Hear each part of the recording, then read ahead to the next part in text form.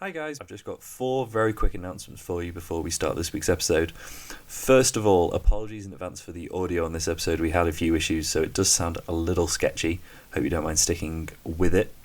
Second of all, you will notice that throughout the podcast we refer to it as the Short Film Podcast, which of course it is not. It is All Sorts of Shorts. This episode was recorded before we decided to change the name to All Sorts of Shorts, so apologies for any confusion there. Third, our usual release schedule is going to be fortnightly, but this episode is a bit of a special event because we want to get it out ahead of the Queer Fringe Film and Arts Festival this week. So our next episode won't be coming out until Monday the 25th of November. Fourth and finally, on that note, this week is the Queer Fringe Film and Arts Festival. It starts on the 12th of November for about 5 days, and there are some unbelievable events going on. You should all try your best to get down there. Some really wonderful films and filmmakers being featured. That's it. Enjoy the show.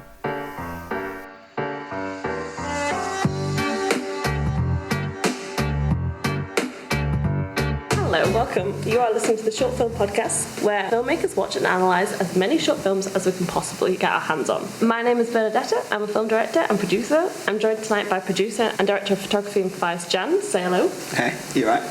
And producer Jamie Mills. Hello. In this episode, we will be breaking down short films that focus on LGBT+ themes and have been featured at the Fringe Queer Film and Arts Festival, which brings me to welcome our wonderful guest this week, Grant Gulczynski. Please tell us more about you and the festival. We want to hear it. Hi, I'm Grant. Nice to meet you all. Hi, Grant. Hello. So I'm here. I'm one of the programmers at the Fringe Queer Film and Arts Festival, and this year we are in our 9th edition. Oh, wow. It all started in 2011 with this need and desire to show queer films that kind of push the boundaries a bit more, a little bit more DIY, a little bit more experimental, and kind of with some real heart. We are a family, ever growing, ever open to new ideas, and ever having a discord but also a joint love for films. This year we will be having the 9th edition from the 12th to the 17th of November all around East London. One of our big ethoses is trying to make films as accessible and open to everyone. So you'll see like a huge proportion of our program is free, including all of our short film programs. The things that can get you is when watching a short film, if you can watch a short film that can just like stab you in the heart and like make you be like, right, I'm gonna need like a minute or two to process this and think about it and see yourself or potentially see people in the world in a different way. We are a queer film festival, but we are an arts festival. So during the festival, we have some exciting workshops. We have spoken word, we have pottery making, we have a spanking workshop, which again sells out really quickly. It's exciting. It's like learning not about the fringes of film world or the fringes of the queer world. It's also like the fringes of sexuality, but doing it in a consensual, safe space by people who know this. I have a short film where I'll be premiering like an exclusive, more X-rated cut of a short that I'm working on, which is involved in a social history of poppers program. So the writer of the film has popper elements to it. Wait. Naive person. Poppers? Okay. So... Bet you didn't think you'd be explaining that on the Not prepared to talk about poppers. It's not expected to talk about poppers. So when you're at work, go on Google and type in poppers and get fired.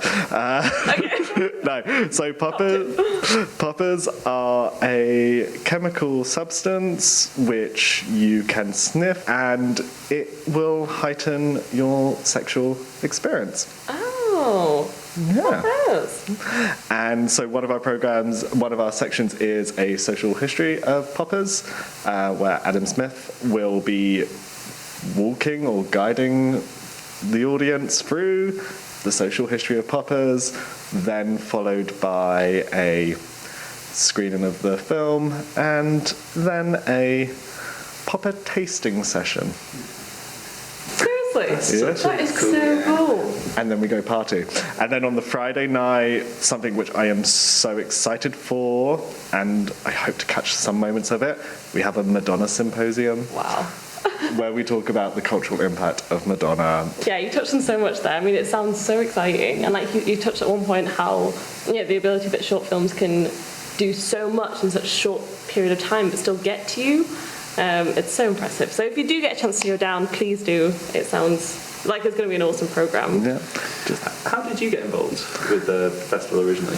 I got involved in the festival originally as I used to always attend, being based in East London and being a gay and being a filmmaker. It's just seeing the curation and the films and seeing these short film programs that were there, and I might have no idea what I'm about to go see, but it's going to be worth it. So I just kept on coming to the festival, and then last year one of my shorts was selected for the festival. Oh, brilliant.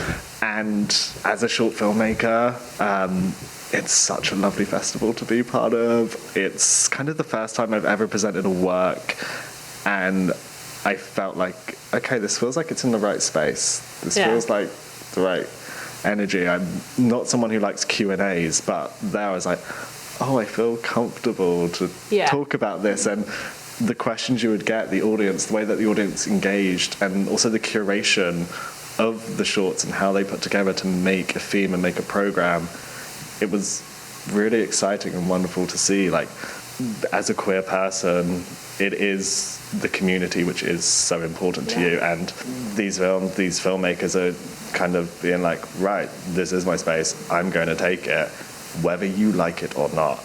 And in the films that we have programmed in the festival, there is this energy of filmmakers who are going in kind of going, I'm going to make this film because I need to make this film. Yeah. This is what I need to do. This story needs to be told, and this urgency comes out on screen and will hopefully, as an audience, leave you inspired. Well, you just mentioned there, like, kind of the filmmaking and the urgency. I know you've made quite a few shorts yourself. Mm-hmm. Tell us a bit more about that. So I made a short last year called 5 Mermaids in the Balkans. I went travelling for a few weeks, meeting men over Grindr and engaging with them and beginning up and building up this discussion about, in these communities where openly queer spaces or gay bars kind of do not exist, and Grindr and dating apps are the only way for people to communicate, kind of has it overtly sexualized the nature of the queer community. And it was a really interesting journey, an eye-opening journey to meet these men, discuss and find out how they use an app and what the community like is on the app, especially in comparison to being a Londoner who uses the app, where it can be used in a very specific way, and I have the freedom and the space to go to gay bars and engage with a community, and you can have something like Fringe in an openly public space and be promoted and come on through. It was a real interesting journey. And going back to like this year's festival, what I loved so much about the selection of films that came through was how much of a celebration they are of the queer identity. These films where it's just like, fuck it, this is who I am, this is who we are, and they celebrate the beauty of being a queer person, and that energy, that vibrancy, that is what is inspiring. Because it definitely feels like there's a tradition in LGBT films or LGBT cinema where they're all tragedies, do you know what I mean? Like there's a very negative and it's always a very tragic and sad story, and I think there's something, as you were just touching on then, like really powerful about it being a celebration as opposed to a kind of tragic story. I mean, obviously there is a lot of hardship within there and there is a lot of tragic stories to tell, but it's interesting to see that shift away from more of a positive view of it. It's, as the programming team, because we have all watched a lot of queer work, we are very aware of the tropes and the stereotypes of, like in TV, of like, oh, the dead lesbian stereotype of, okay, you're going to create a lesbian couple and then kill one of them off. We're aware of these tropes and these stereotypes, and it's one thing where we watch a film, we want to kind of see something which isn't that. Of course, There are films where it does happen and it makes sense, it makes work, but it shouldn't be the fire and the passion which is leading it. No matter what, we want to see films which are unashamedly gay, lesbian, trans, queer, and bisexual, and celebrate that and open it and kind of show that we exist, we belong. So today's first short film is called Crashing Waves. It was directed and written by Emma Gulczynski, and it kind of focuses on two young working class men who explore the intimacy and kind of vulnerability of relationships in a dance and movement, and it's all set in this inner city state, and the whole time there's this feeling of them being watched. Here's a clip for you now.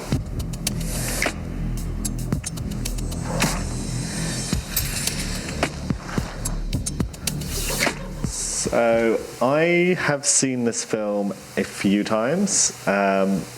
It was made by Random Acts, who put out some of the most incredible short works and create a platform for young up-and-coming short filmmakers to make interesting work within the confinements of 3 minutes, which is a challenge which, to tell a narrative in 3 minutes, takes a lot, but from the programming sense, if we can see a really strong 3-minute short, it's like a soccer punch or like a perfect song that comes in. Something I noticed that there is more and more dance films coming about, which is great to see, as I cannot dance and know nothing about dance, but it's great to watch. What I love about this film is the way that it manages to balance this beautiful choreography and this tenderness and sense of emotion, and then in a few little snapshots of scenes and seconds, it takes you into memories and experiences that,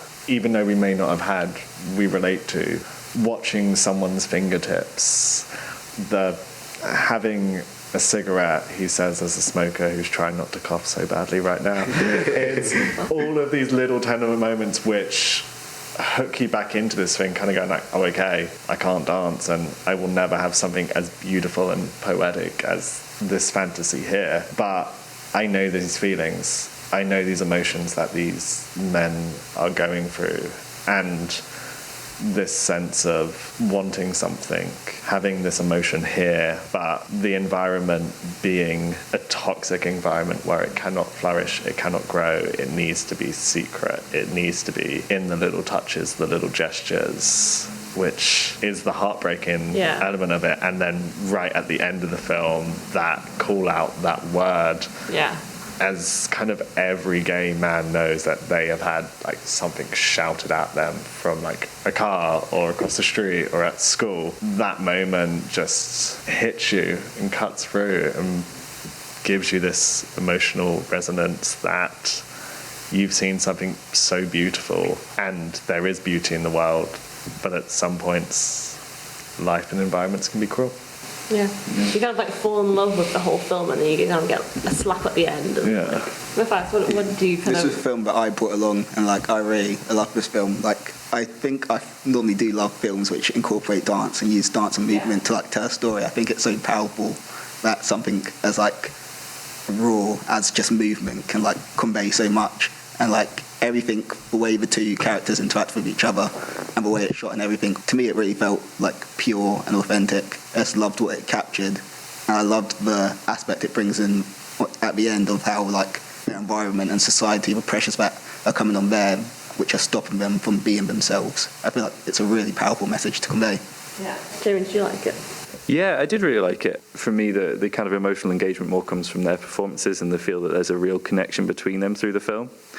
And it's something that I always really love when a filmmaker is able to make you experience something quite viscerally, which I think managed to do later in this film, with these kind of quick snapshots and these close-ups and these, fast intercutting, where you're getting, seeing them talking, as Grant, you were saying, with the fingertips and everything. It's really evocative, and it kind of, as you say, reminds you of your own personal experiences, but also really drags you into the film, makes you feel their intimacy. It's a very intimate film, and it allows you to feel part of that relationship, which I think is really powerful.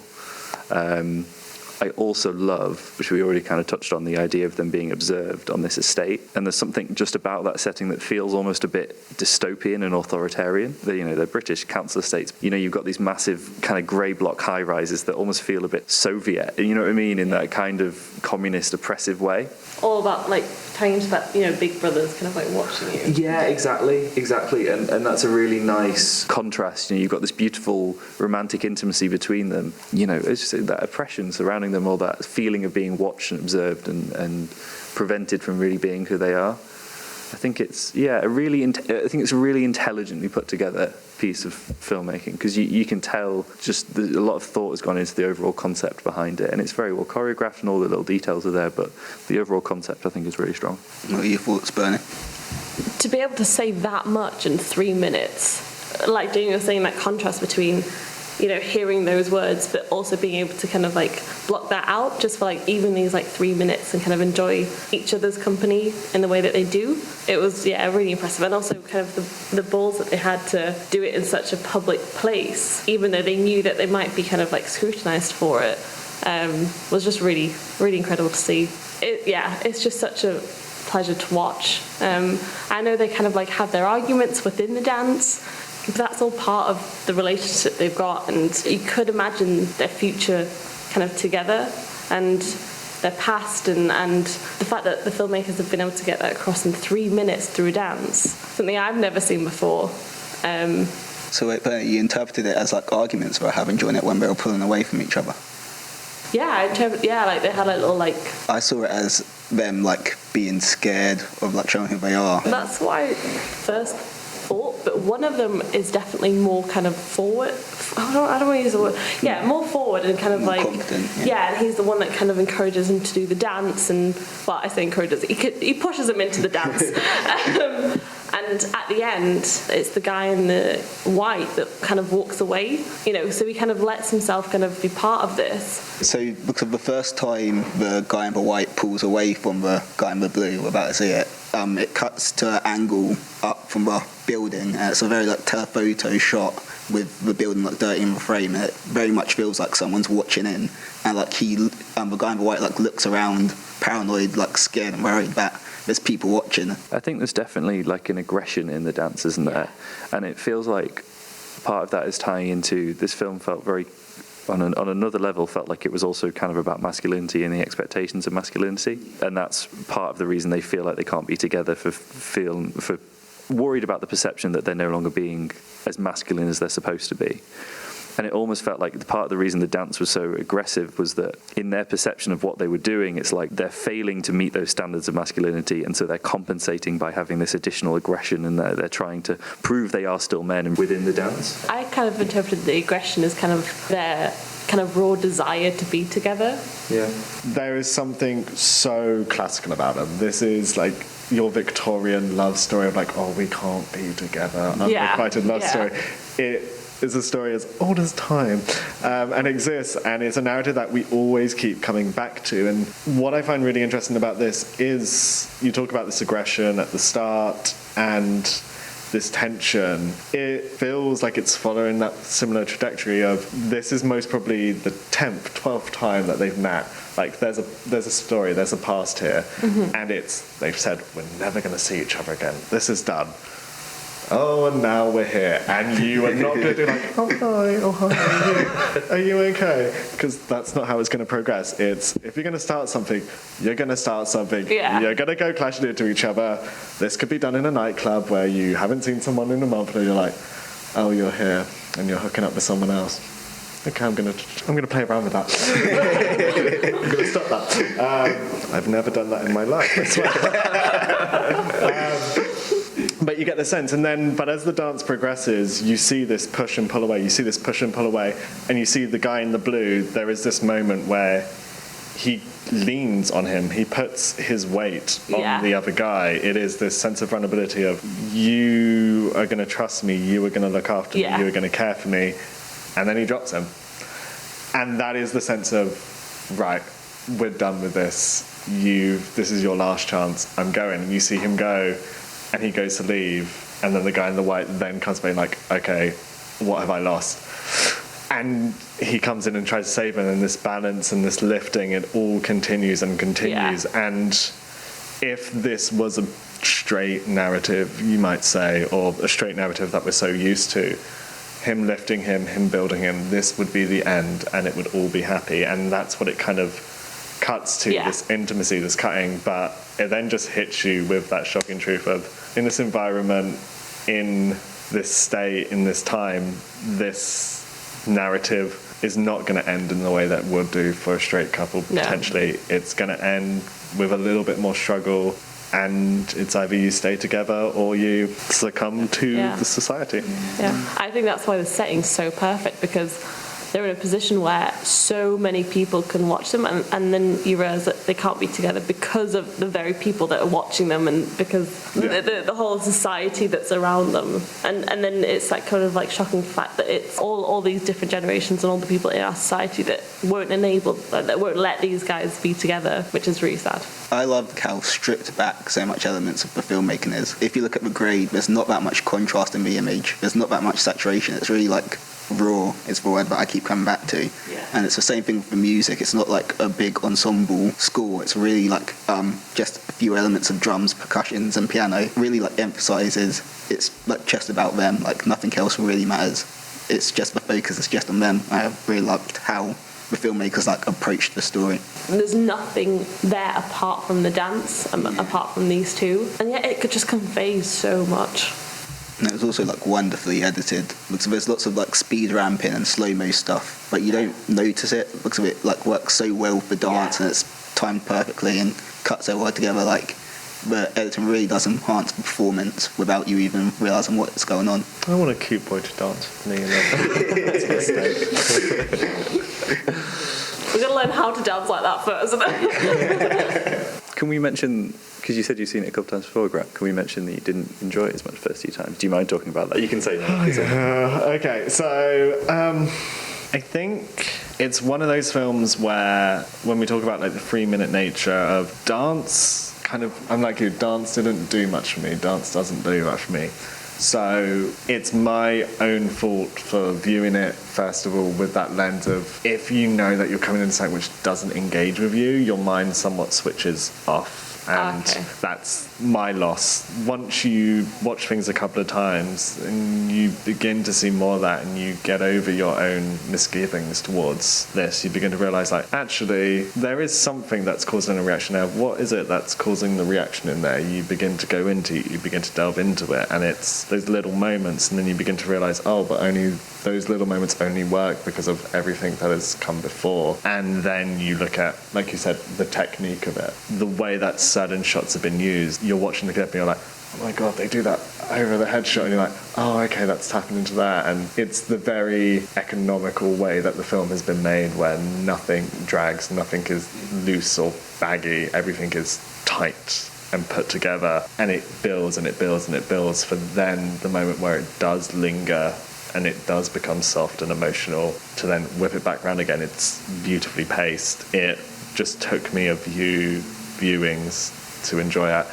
I think I definitely look at queer films differently, because for me, the what I get the most out of queer films is just understanding other people's mindsets and trying to understand those other people's mindsets.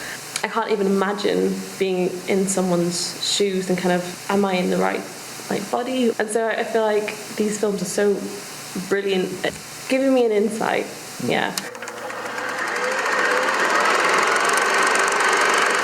Today's second film is called Serene.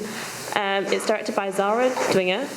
I brought this film along, and it's a coming-of-age film about confusion, friendship, and becoming who you are. Here is a clip of it now.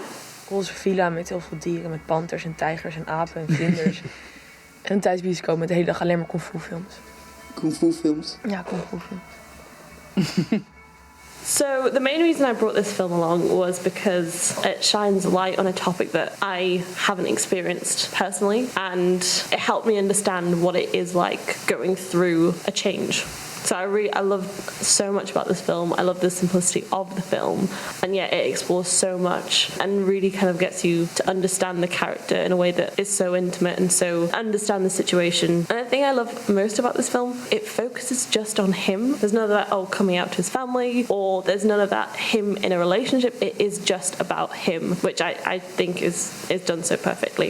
I think it also explores his friendships as well quite a bit, his friendship with Melody and his friendships with his group of guy friends. And I think it paints juxtapositions between those different friendships, showing what he needs in his life, like what sorts of friends he needs right now in this time of his life. Like, I think it highlights that as well. I think we, as in the three of us, have talked about another film by Zara Dwinger before on one of the test records for this podcast. We talked about Live, which I think we all really loved, and there's parallels to that film. Again, it's also a coming-of-age film, and I think what the director Zara is exceptionally talented at is capturing what it's like to be a teenager and bringing that to life in a really cohesive way, not just in terms of the script and the performances and the narrative, but also just the visual style and the sound design and everything. It viscerally feels like being a teenager again. You know, those extremities of emotion and that romance, and that everything you experience is 100% intense as it possibly could be, and that's what she really captures with this film. As much as it's a film about him exploring his identity and realizing he's trans, or potentially realizing he's trans, or somewhere along that spectrum, it also feels like very fundamentally a film about the challenges of communicating when you're a teenager, because you don't really realize what's going on with you internally. You don't necessarily fully understand that, and also you kind of don't have the emotional skills anyway to communicate that, even if you did understand it. And then to add a whole nother layer for him is he's surrounded by people where he can't communicate that.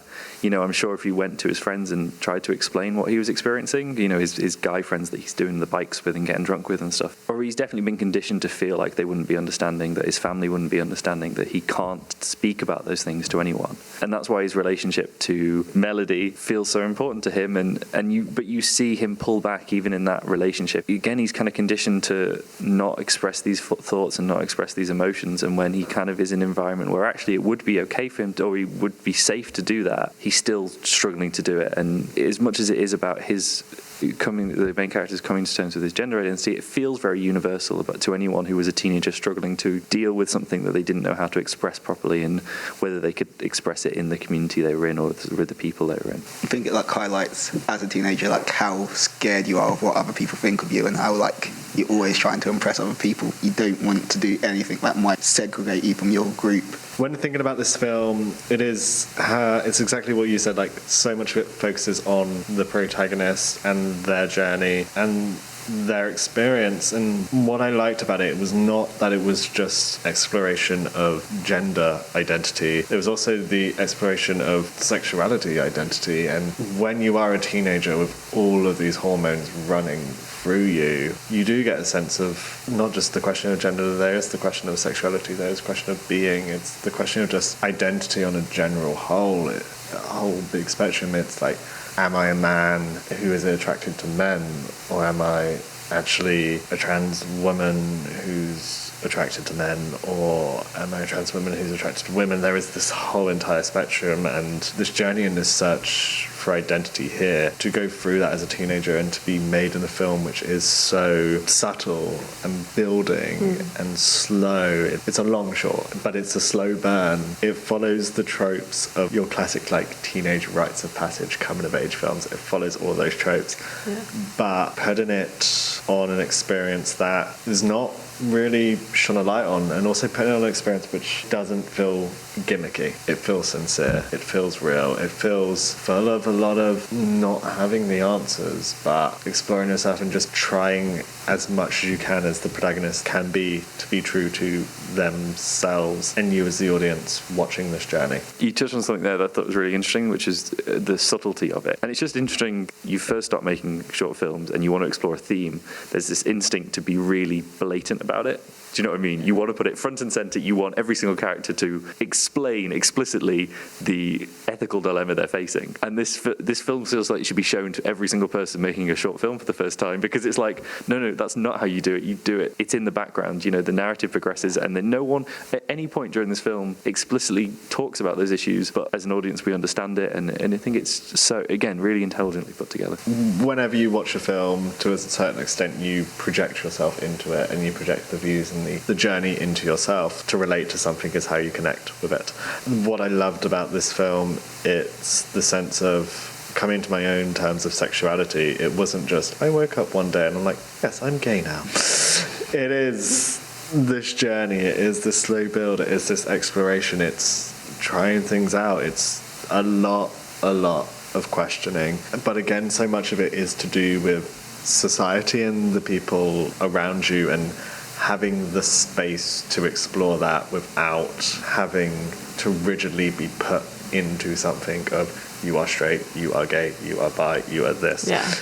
What I think can be learnt from this film, and through watching a person go through this experience, is as society to give one another space to explore ourselves and to go on our own journeys, and not be so rigidly bound to constructs which needs to put us into a box. When this character is going through their journey, you can see that all the struggles that they face are the internal struggles which we will always have to, like, the day we die, because we're humans. We like to struggle and to be reflective on ourselves.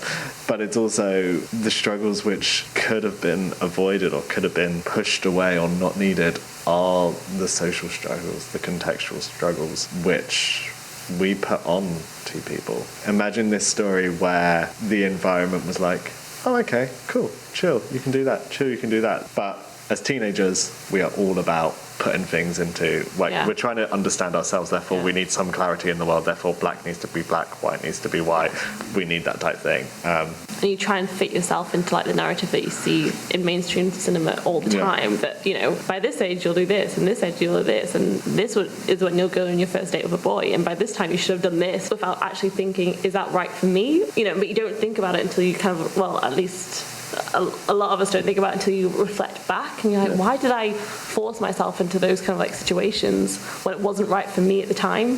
And this film kind of shows that, you know, it's okay to do things your own way and have your own adventure. It's with all, like, the kissing in the film. There's some cute kissing. It's all of it happens of, yes, if I was this character, I would have kissed that person in that situation, because that is what felt right. And then the reaction from the lead character a few days later, when they are at that party outside and they just go up to this girl and kiss her, and you're just like, oh, okay, I can see why that cause and effect is there. It's the testing and the pushing things. It's the belief of, like, this is what I should be doing as a teenager. And this film captures it so beautifully. And talking about beauty, it's also really beautifully shot. It's such a beautifully shot film. Everything is there, the space, the rhythm, the energy, and the pace to just let it flow. But I think the two things that really stand out for me in this film are the beauty of it and how it creates this fantasy of a teenage, like, I wish my teenage years were as beautifully art directed as that. That was the dream. That was the dream. I was not that well dressed as a teenager, and my hair was not that gorgeous. I know. I'm like, teenagers nowadays, they always seem so much more trendy. It's scary. And I also wish I had a field to walk around in. But it's also, the main thing is, it's the lead performance. Because so much of it is on them. It is their body, their face, them alone. They are in pretty much every single frame. And to put that trust and faith into such a young performer as well, it's difficult. And I would love to know more how the director got this performance out of them. As it is, it's an incredible performance. I think this film's like a perfect example of show and don't tell. We never get the lead character explain, like, what's going on in their head. We just see the actions that they do and, like, the decisions that they make, and as the audience we, like, interpret why they're doing that. We're putting our own projection into it and explaining through our mind, but also like making judgments, knowing, like understanding, oh, this decision probably was because of this. I feel like it's such a great way to make a film where you're encouraging the audience to be active, filling all the gaps. You're not explaining everything to them. You're showing them different decisions being made. I want to go back to the beautifully shot thing as well, because of like cinematography is beautiful, and I think a lot of it is often backlit.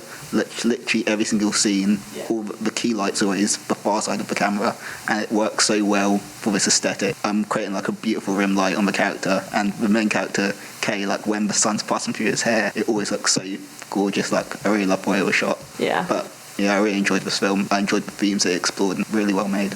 These friends in frame, the camera's always so much quicker, it's like shakier, it kind of, even from the beginning, there is that kind of like quirkiness about the camera. But whenever it's just the protagonist on its own, it kind of slows down quite a bit and lets you kind of enjoy him, if that makes sense. As in like him on screen, and kind of like lets you think with him, and you know, it lets you go on this journey with him, which I think is, yeah, I mean, it's such an honour. And I think it does that by making it really universal, which I think is what we've touched on, is that it makes it feel like, by tying it into that kind of general feeling of teenage angst and that teenage uncertainty and that teenage extremity, everyone can relate to that, and then it's only it's a much smaller jump, I think. If you're on a journey with your gender identity and you're trying to explain that to someone else and you go in cold, it's quite challenging, because it's quite a distinctive experience, or it's quite a unique experience, I think, that often people find hard to relate to.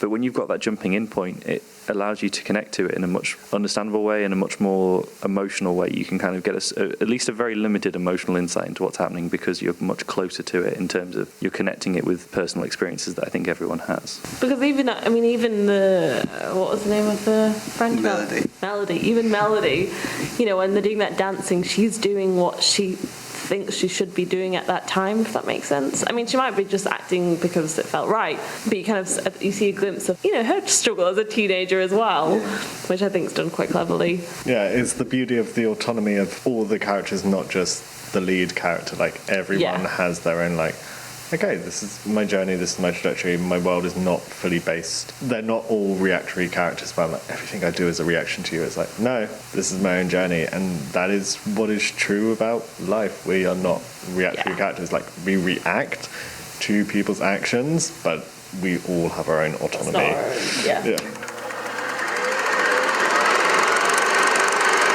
So, our last but not least film is called Moon. The director and animators are Martha Lopez and Borrega Vidua. I'm very sorry if I've mispronounced that.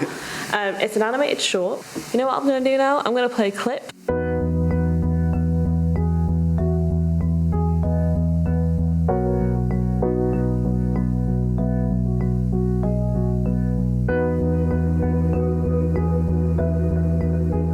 So Jamie, why did you bring it along? What did you love about it?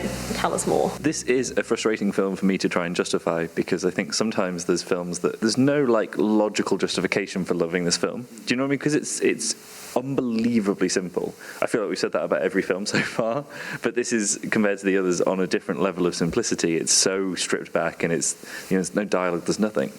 It was just very emotional. It felt very peaceful. It felt, watching it, without wanting to sound too grandiose about it, it felt like being in a relationship. There was a coziness to it and a warmth to it, and it just, and again, an intimacy to it. It just felt very sweet and soft and gentle.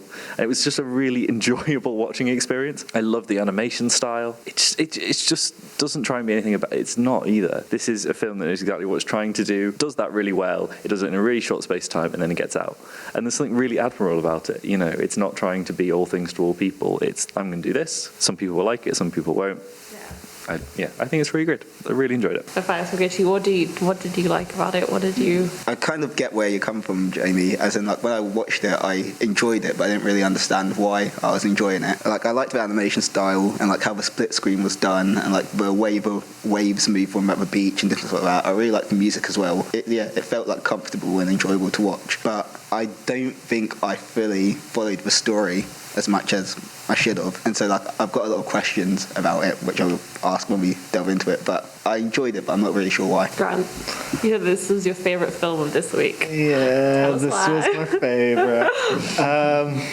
Through programming for Fringe, the thing I've learned is the beauty of queer animation. With animation, you get to make up the rules. You get to create something. You get to start from scratch and build, and the audience are here to play along with your game and play along with your rules. It's just this simple love story about two people who are the furthest ends away that they can be. Do we kind of fully know where they are? No, not really. The moon's involved. You can go into so many details and intricacies and just trying to like make sense of the logic of it all, and the filmmaker has done a great job at building that logic and building this world. But what sticks out about it is the love and the tenderness with animation, the playfulness of it when it goes to that footage not found bit, and you're like, oh, okay, that's funny, that's amusing, like they're doing something playful and imaginative there. But this is just such a tender, emotional thing, and you're watching it just kind of going, these are some shapes on a screen in the form of a body, but with no like distinguishable eyes or anything like that. There's no face that you're seeing, and we've watched the previous two films have very much been about the face, the body, the movement, something very much being understandable, physical, that we can touch, and then we have something which is a million miles away from that in a sense, where it's just more a shape without those visceral details that we're so used to with the flesh. But still, it gives me the most emotion and feelings because it's all done in these gestures of just like eating, being alone, using the space. What did you think of it, Benny? So the thing that I love the most about this film is its depiction of loneliness, and yet they're not lonely, if that makes sense. It's showing everything about, how they're lonely, and it has, like, for instance, always put them in, like, separate sides of the screen, so they should be together, but instead there's, like, a very blatant kind of, like, emptiness where that person isn't, so it's showing them in this incredibly lonely setting, but because it connects the two so well, the longing they have for each other is so connected, and the fact that, for instance, when they're both looking at the moon at the same time, there is that constant connection. That's what gives the warmth about it, and yet they're alone, but it feels like they're together. And so if anyone's like ever experienced a long distance relationship, I think it captures it so well. All you're doing is kind of like noticing the absence of the other person and trying to figure out how to get back to that other person, so that other person is constantly there on your mind but so physically absent. I think that's what this film like really, really captures, and so when they finally kind of do get together, it's such a relief. Yeah. To me, I interpret it as these were like two separate people who were alone at the start, and then they find each other and come together. And I didn't really get the journey of how they came together. Like the majority of people nowadays meet online. They meet in these discussions, they meet in these talks, and the tangent conversations that you have when you're meeting with someone online and you're talking to the thing, and kind of just like this stream of thought when you're like WhatsApping or messaging with someone where it's like la la la la la la la la la. You're talking absolute rubbish. Like if you were with that person, you would not be asking like, what's your favourite flavour of ice cream? Yeah, I like vanilla. Oh, I like this. And tell me about this type of thing. But when you're communicating, it's just this desire to keep carrying on this conversation, and it's the freedom in this space to just enter and open and ask things which you wouldn't do in the flesh and the face. So like, it comes down to the simple thing of we go through this, we go through it all. Simple fact is, I want to be with you, and how do I get that to happen? I think this is so interesting because for me, this kind of when it came up, I thought, oh my god, how do they've got this so well. So you mentioned how for you it was kind of like related to like the online dating and that kind of experience. For me, it was like when I am away from my boyfriend, the conversation is just so much longer. And the fact that they captured that, I was like, oh my god, yeah, it's like, the thread is like so long. Like, how did they just got it so perfectly. Now that, like, I get the long distance thing, I'm kind of interpreting this as her, like, almost on Google, searching a bunch of different questions, like, trying to keep her mind off being apart from her partner. Yeah. And then she finally gets to the key question that she really wants to know.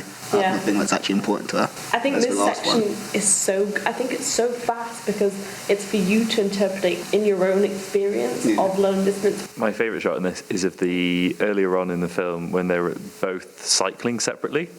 So one of them's on the actual bike. I mean, it's just a really funny shot in isolation anyway. But it's nice because it's like when you're apart from someone and you're trying to still create a sense of intimacy and you're still trying to like still feel like you're doing things together, I guess. Yeah. Like if you're ever in a long distance relationship, you're trying to watch the same show at the same time. So that it feels like you're together. Do you know what I mean? Yeah.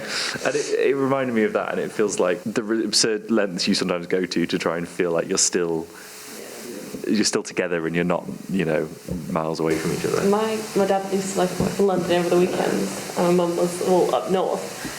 Because up north, there's less cinema screenings and such, and so Mum would see whatever film was on at the cinema, tell Dad what time it is and what film it is, and so they'd go to see it. He'd choose which film screening in London is showing it at the same time. So they'd go into the cinema at the same time, but two different places, watch the film, and then go for a meal or a drink after, where they would discuss the film or their week and stuff, but it'd just be on the phone. But because they've had the shared experience of going to see the same film at the same time, they could talk about it and stuff. They're very they love their date nights, and they're very kind of old school when it comes to that. But it's adorable. Did it ever go wrong? Did one of them ever go see the wrong film? I don't know. Not from memory, at least. I don't know. I can imagine my dad would be like, "Oh, I want to see that too," but he could have secretly gone to see something he wanted. Yeah. But no, I don't know. Well, thank you, Grant, so much for coming on the show. It's been an absolute pleasure talking to you, and you've offered so much insight that potentially we wouldn't have gotten without you. Thank you so much for that. Thank you to you guys for listening and for joining us on this adventure. If you want to get in contact, you can find me on Instagram at Bernie Bainge. Matthias, you can find you. I'm on Instagram, Matthias Jan. It's MATTHIASDJAN. Grant, if people want to continue the conversation, where's the best place to kind of get in contact with you? I would say to get in contact with me, it would be at Grant Gulczynski, which have fun trying to spell.